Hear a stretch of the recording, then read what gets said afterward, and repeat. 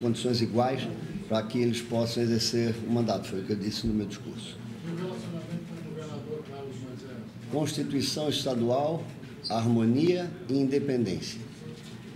Nenhum tipo de mão estendida para tentar dialogar? Harmonia e independência. Quem tem que construir maioria é o governo. O governo é que tem que tomar iniciativa, evidentemente que a partir de hoje o governo certamente o fará. O senhor chegou a conversar com ele antes da secretária? Não conversei com ele, depois da posse dele, não conversei nenhuma vez.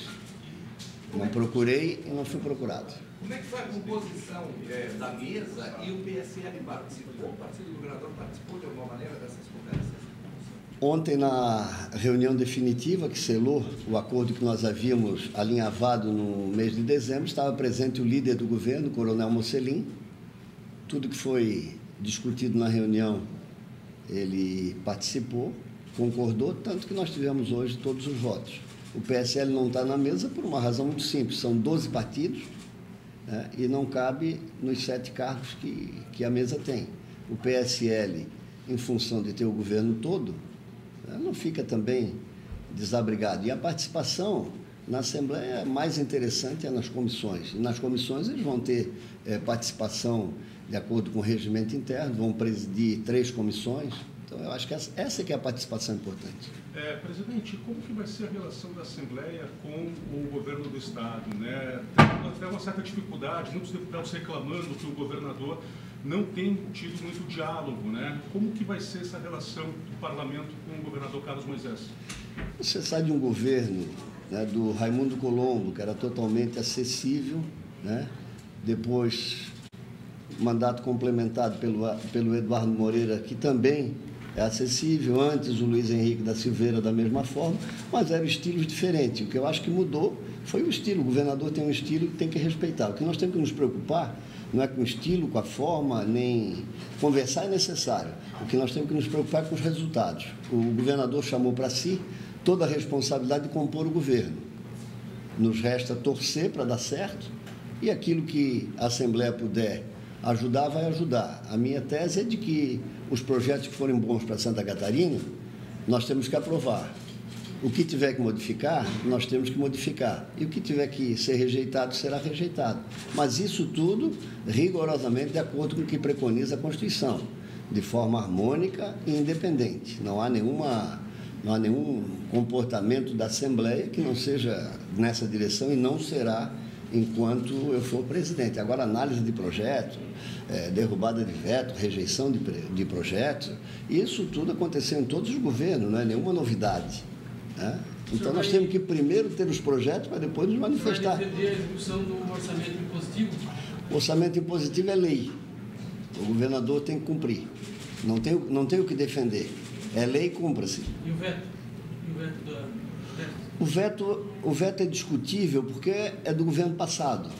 Eu acho que aí só um gesto de boa vontade do governador é que pode facilitar. Eu estou falando, quando eu falo das emendas impositivas, eu falo a partir desse ano. Aqui ficou do ano passado, convenhamos, até uma questão de bom senso, não é de responsabilidade do governador. Ele pode ter um gesto de boa vontade. E a questão da soma dos vencimentos dos inativos, inclusive dos militares da reserva, com os que assumem cargos públicos? Eu acho que o ideal é você limitar no teto. Né? Eu não analisei ainda o projeto com profundidade, eu não sei qual é o alcance dele. Oportunamente a gente se manifesta. Mas o veto vai vir para cá, o governador já vetou. A hora que estiverem montadas as comissões vão discutir, depois vai a plenário, vai ser derrubado ou mantido. Presidente, o último concurso da Assembleia foi em 2009. Nos últimos 15 anos, o número de funcionários efetivos caiu para menos da metade e o de comissionados e terceirizados quase dobrou. O senhor é a favor de concurso público para a Assembleia? Essas aposentadorias precoces causam isso. As pessoas se aposentam muito cedo, tem muita gente que se aposenta e ainda tinha condições de trabalhar. Mas eu acho que o ideal é que você tenha, nos serviços essenciais, conforme preconiza a legislação, você tenha funcionários efetivos. Eu vou fazer uma análise dessa situação e depois, com tempo e com calma, não tomaria nenhuma decisão sem conversar com o colégio de líderes, fazer uma administração compartilhada para que a gente possa decidir harmonicamente e fazer aquilo que é melhor para casa. Tem alguma previsão? É uma preocupação do senhor? Eu confesso que eu passei todo esse tempo, desde do pré-acordo em dezembro até ontem à tarde, sem me preocupar com números, sem fazer conversa, sem montar equipe, porque eu sei como é que é a eleição. Eu estava esperando a eleição. A partir de segunda-feira eu começo a trabalhar nisso. Daí posso te responder mais para frente um pouquinho. Na sua gestão vai sobrar dinheiro para devolver para o governo fazer obra? Se tiver dinheiro e não se gastar tudo, sobra. Vai brigar para sobrar? Não, se tiver sobra, né, feito com responsabilidade, se tiver sobra, que a Assembleia não vá prejudicar os seus trabalhos em função dos recursos, evidentemente que se sobrar, tem que devolver, é natural que devolva. Só uma coisa eu já decidi, se eu devolver, vou devolver sem carimbo. Tem aquele negócio de devolver o dinheiro para o governo, tem que ser aqui, tem que ser ali, tem que ser acolá. Devolver sem carimbo. Presidente, o governo do Estado vem anunciando várias medidas de cortes, enfim, né, de custos. O senhor, alguma medida mais específica nesse sentido também? O senhor pretende fazer algo na questão de corte? Eu vou analisar todas as despesas, analisar todos os contratos. Na medida do possível, nós vamos reduzir. A tendência é reduzir. A virtude do homem público está em viver adequadamente ao seu tempo. Eu acho que nós estamos vivendo um novo tempo. Tempo de preocupação com os recursos, com os investimentos. E, enfim, eu vou ver tudo isso e depois vou fazer um planejamento para poder administrar a Assembleia. Mas sem pressa, sem assodamento e sem... Eu vou fazer uma gestão bastante equilibrada. Eu já fui presidente 2 vezes. Eu sei que a gente tem que fazer com cautela. Nessa questão de, justamente, de viver cada um o seu tempo, o senhor foi presidente em outras 2 ocasiões, construindo a unanimidade, que foi um fato na época, e agora, mais uma vez, em um dito novo tempo da política. Tem uma diferença daquele momento da construção desta unanimidade e agora desta eleição? João Paulo, não existe nova política e velha política. Foi o que eu disse no meu discurso. A política é uma só. Tem as pessoas que exercem bem a atividade política e essas devem permanecer. E tem as outras que não exercem bem. Esses devem ir para casa. Um pouco já foi agora, né? As outras eleições certamente vão depurando. Eu acho que nós vivemos um momento muito bom, um momento em que a população demonstrou que se preocupa com a eleição, tanto que deu o recado que deu nas urnas, né? Agora eu não tenho eu não concordo com esse negócio de nova política e velha política. O governador Celso Ramos foi o maior governador de Santa Catarina, é da velha ou da nova? O Antônio Carlos Conde Reis, é da velha ou da nova? O Espiridião, que está aí até hoje, é da velha ou da nova? Então é isso que a gente tem que levar em conta. A política é uma só, é um instrumento para promover o bem comum. Tem gente que desvia, esse que desvia é um mau político, faz a má política, né? Mas é uma só. Antes mesmo de tomar posse, os deputados já apresentaram uma proposta, um pedido de CPI sobre a ponte Ercílio Luz. Esse pedido tem o seu apoio? E... Essa é uma ação política, né? Antes de tomar posse, você não pode pedir CPI, né? Eles anunciaram que vão entrar com requerimento de CPI. O que tiver dentro do regimento, não tem nenhuma dúvida que eu vou determinar que se proceda. Não tenho nenhum compromisso em não fazer. Acho que a CPI, quando é feita com responsabilidade, né, consequência, com fato determinado, eu acho que é um instrumento importante. Não pode se banalizar a CPI, né? Sua gestão olha para frente ou o senhor revisa um ato da gestão anterior da presidência da Assembleia?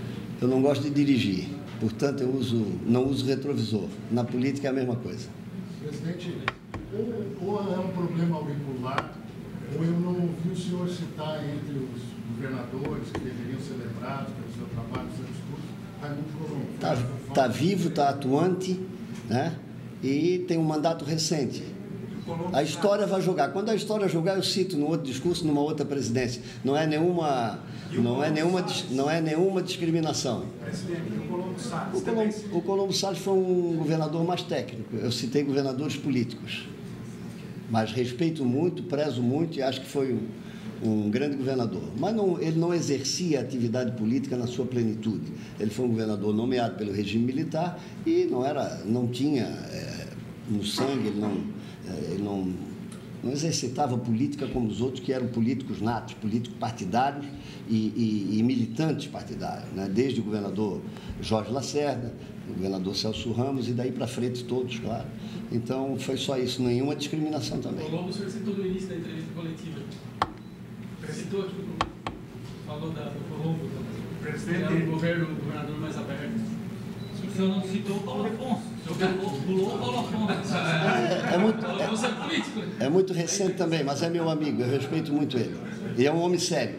Deputado, o deputado Kennedy Nunes falou para nós que já tem pronto para protocolar 2 projetos de decreto legislativo. O primeiro, suscitando os aumentos do ICMS, e o segundo, modificando a alteração da Secretaria da Administração. Como é que o senhor vê essas duas iniciativas vindas do seu partido? Tem que analisar. Eu sou presidente da Assembleia, agora o meu partido fica em segundo plano para mim. Eu tenho que tratar todas as bancadas de maneira igual. E a do PSD vai ter tratamento igual. Todos têm a prerrogativa de apresentar. Só que as decisões aqui não são monocráticas. Elas são plurais. Então, essa é a grande riqueza do parlamento, né? O deputado, eu apresentei uma proposta, vou resolver. Não resolve nada, não é monocrático, né? Então, isso é que é o valor do parlamento, é exatamente para isso, para estabelecer o equilíbrio. Então, ele apresenta a proposta, é legítima, a proposta vai ser analisada nas comissões, né? E depois vai a plenário. Tudo isso é importante. Mas eu não me detive ainda nos decretos legislativos que o deputado Kennedy vai apresentar.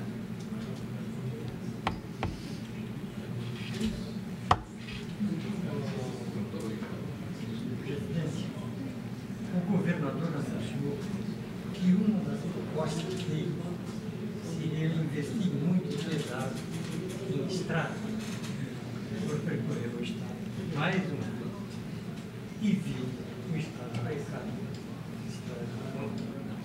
Ele anunciou investimento, mas não disse quanto. Outro dia ele disse, e a Fiat ficou horrorizada. 2 milhões. 2 milhões para a estrada? 2 milhões. Eu não vi essa entrevista. A verdade é que o Estado precisa de infraestrutura. O Oeste precisa de uma malha viária melhor, nós precisamos ter ferrovias, o acesso aos portos, por exemplo, de São Francisco, a BR-280 está em estado de calamidade, é fila todos os dias. Então, isso precisa. Agora, antes de anunciar, tem que arrumar recurso.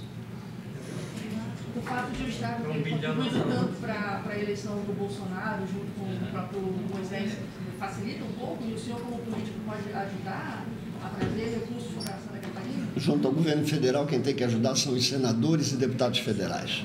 Mas pode haver uma... A Assembleia pode apoiar, evidentemente.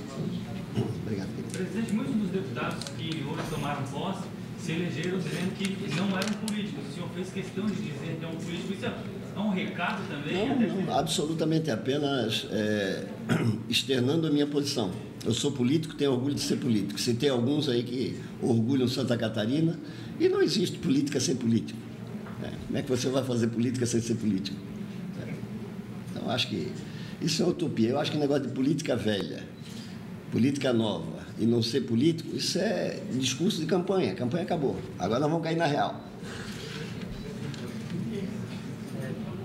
Obrigado. Obrigado a vocês pela presença, pelo apoio.